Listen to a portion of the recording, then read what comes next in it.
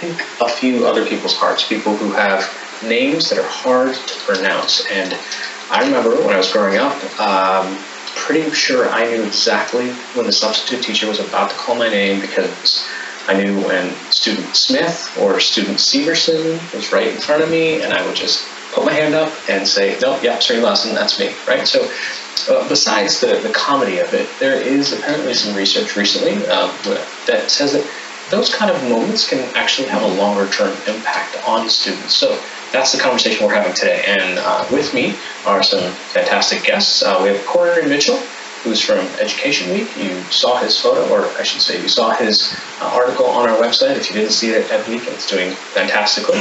He's going to join us from Washington, D.C. We'll talk to him a little bit. Rita Kohli from UC Riverside. She's an assistant professor there. She's part of the team that is actually doing the research on how this kind of has longer-term impact. Mariana Richards, she is the Director of Progressive and Multicultural Education at the Ethical Culture School in New York City. That's a long title and a long school name, but we're happy to have her here. And John Gundry, he's a superintendent of schools in Santa Clara, California. And they also run the My Name, My Identity project. So we'll get different perspectives from all these folks. Corey, I want to start with you. How did you kind of come up on the story, and what all did you look at when you were doing your reporting? Well, it was the My Name, My Identity campaign that caught my attention. I cover English language learner education here at Education Week, and this is an issue for English learners and immigrants and the children of immigrants. These people may be coming into unfamiliar situations, and having someone who doesn't take the time to learn to pronounce your name or to respect your name can help can lead to a disconnect and make a situation that's even tougher for many of these students. Rita Kohli, in your research, how widespread is this? I mean, this is something that was interesting in the comments that I got back from so many different people. This cuts across gender, cuts across race, cuts across political affiliation, geography. But when you start looking at your sample sets, and how do you decide on the research for this? Well, I think much like you had said, this is a very common experience that we see happening in schools all of the time, and so we wanted to systematically understand it. And so we were actually looking for people who had the experience with their name changed or mispronounced in schools, and what we were trying to understand is what kinds of impact has that had on the ways in which students feel about their themselves, their family, and their identity. So, Corey, what were the kinds of, I guess not just anecdotes, but in the interviews, how did it affect young students that you interviewed? People talked about accepting a mispronunciation of their names and accepting a nickname when they may not have been okay with it, just to kind of go along and get along. And many of them found it disconcerting as some of these students began to get older. They began to assert themselves and say, hey, this is part of who I am. My parents named me this. People should be ready and willing to address me by my actual name and learn how to say it. So, Rita, what about that idea that maybe some of this is happening during a time that's kind of important in the they're an immigrant, or whether they just grew up here with a tough name to pronounce? Well, I think I would actually push back a little bit on the framework of having a tough name. I think that's all very culturally relative, right? So if there are many parts of the world in which your name, for example, would be easily rolling off the tongue of many teachers. So I think part of what we're trying to draw attention to, what we found when we systematically analyzed the data, was that students are coming into these spaces carrying, as Corey had mentioned, the legacies of their families and intentionality and thought. And then when they get there, teachers who are adults and power figures in the situation are actually centering their own cultural spheres as opposed to really understanding it as their own limitation that maybe they don't know how to say through. So part of that issue of framing is where the impact is happening first. That's right. In South India, Haryana and Srinivasan is actually very easy to say for lots of people. So it depends on where you are, and depends on what culture you're coming from. Corey, I know you have to get going, but are there any kind of follow-ups or feedback that you've gotten in your reporting that make you want to take a longer look at this, or are there any other types of reporting that you're doing on this? Well, there's been tons of feedback, and as Rita mentioned, I mean, we see these and we say that they're difficult to pronounce, but it's just because they're culturally different. And I mean, this expands beyond the K-12 education sphere, which I cover. I mean, people have talked about the type of problems they've had in the workplace, just in interactions, everyday interactions. So, I mean, there's a potential for a much larger conversation here. All right, Corey, thank you very much for joining us. I know you have to get going. Ken, you want to share something on the on screen there? Was that the secret sign that I wasn't reading well enough? That's right. All right, so I also want to loop in Mariama Richards. So when you take a look at this at your school, what's kind of a tip you could give to an educator on how they should deal with it in a classroom? Let's say they're unfamiliar with how to pronounce a name. This is the beginning of the year, and it's kind of one of those first moments where all the kids were just sizing each other up and getting an idea of what's going on. Well, often, teachers will have different tactics for getting to know their students, right? Can often be in the context of where they're sitting in the room, looking at their roll books. We often get a list of names, and that's what we're using as our main practice for communicating with students. In my practice, when I'm in front of the classroom, I often just ask the students to say their own names. I'll go around and actually identify where their name is on the book, and if it feels like I need to have some practice, I will repeat it over and over again until I can actually say it with some ease. I make it clear that I, too, have had some challenges around my name, and that my main goal here is to make sure that they feel heard and seen and understood when I'm talking to them, and that I see them every day for their full humanity. Because for me, I think what it comes down to is it's not just about a name, it's about everything that you bring to the classroom and to the school every day. Okay, I think we have a tweet that describes that a little bit. It says here, making an effort to learn to properly pronounce our names is a powerful way of showing respect. This is from Aitken Creek's Peace Spanish, I think. So, Rita, how important is that validation from, especially an authority figure in the front of the classroom? I mean, I think that makes all the difference in the experience of the student. They don't necessarily come in with the same tools an adult might have to correct a teacher. They're often told not to do that. So I think if a teacher is validating their name, as was just said, they're validating their culture, their family. In our research, we found this as actually racial microaggression. So part of the issue is not just that it's happening, but that it's happening often, and so that there's that cumulative impact. And so having teachers intervene on this and really reframe their classrooms so they're acknowledging and celebrating students' culture can really validate the experience of students and their identity. I think we've got another little slide here of a kind of a three-part tweet. It says, I was a classroom teacher. One student was named, pronounced Anastasia. Another teacher at our school wrote her name on the board as Anastasia, and when called on, the teacher said, you know who I mean, instead of fixing it, left her name misspelled. Ouch.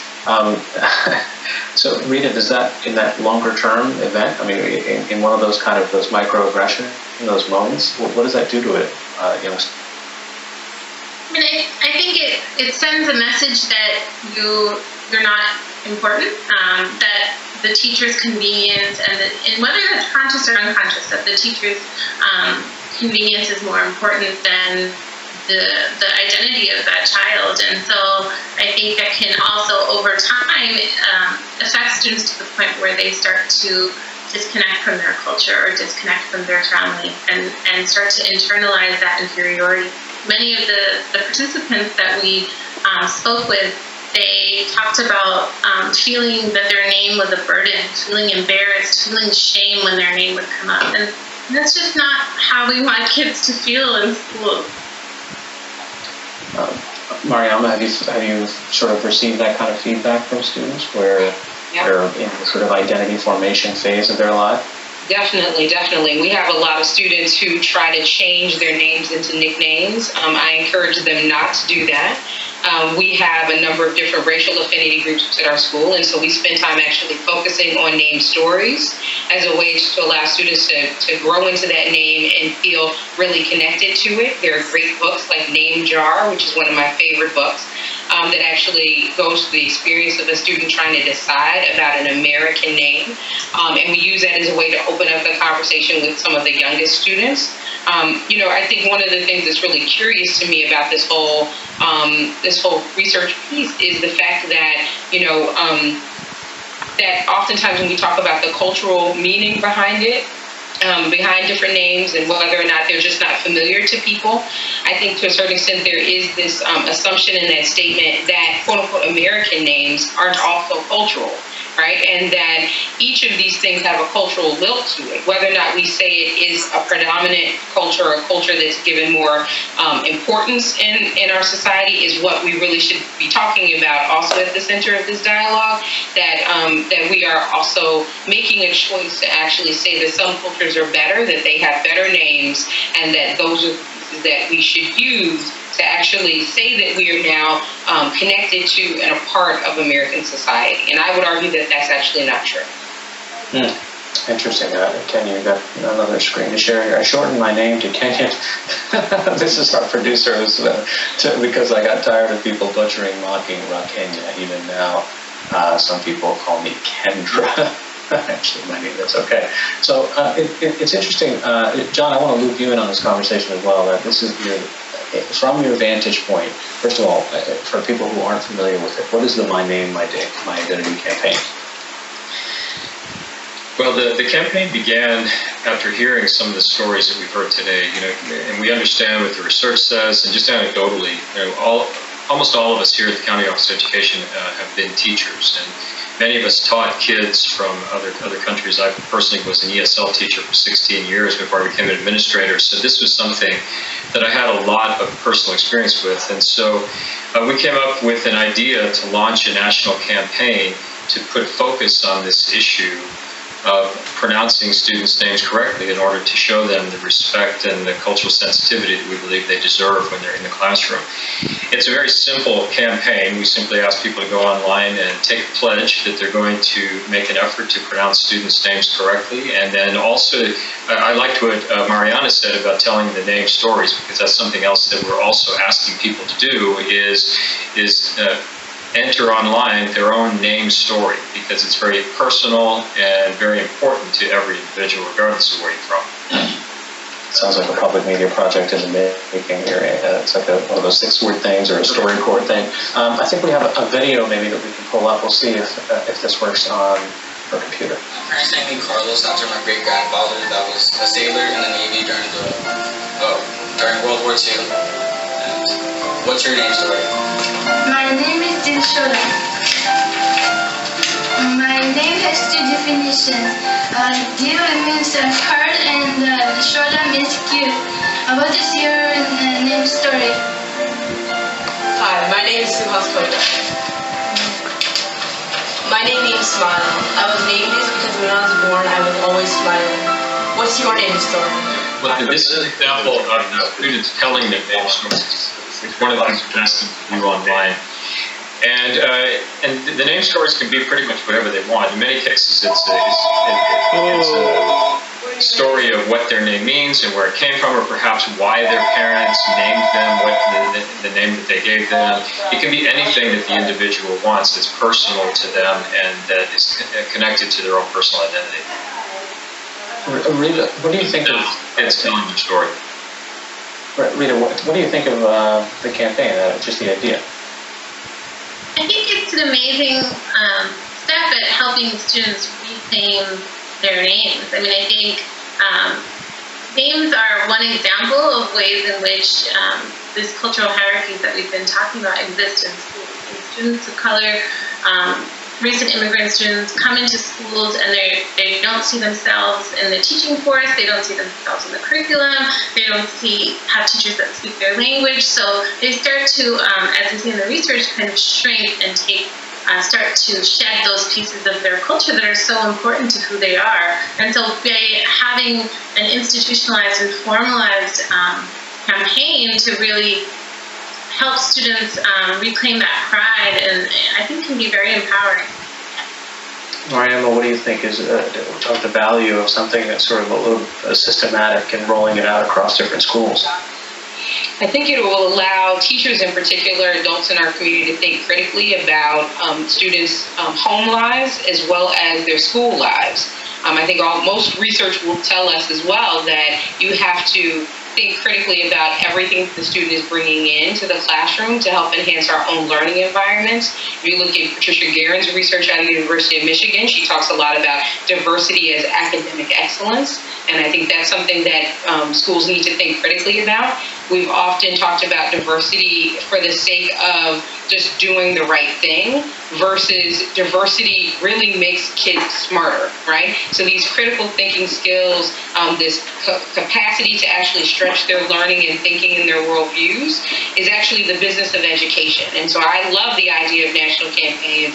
I love the idea of furthering this research because it allows the adults in these students' lives to think critically that we're more than just the subject of the day, that we are always thinking about the full child when we're going into school communities.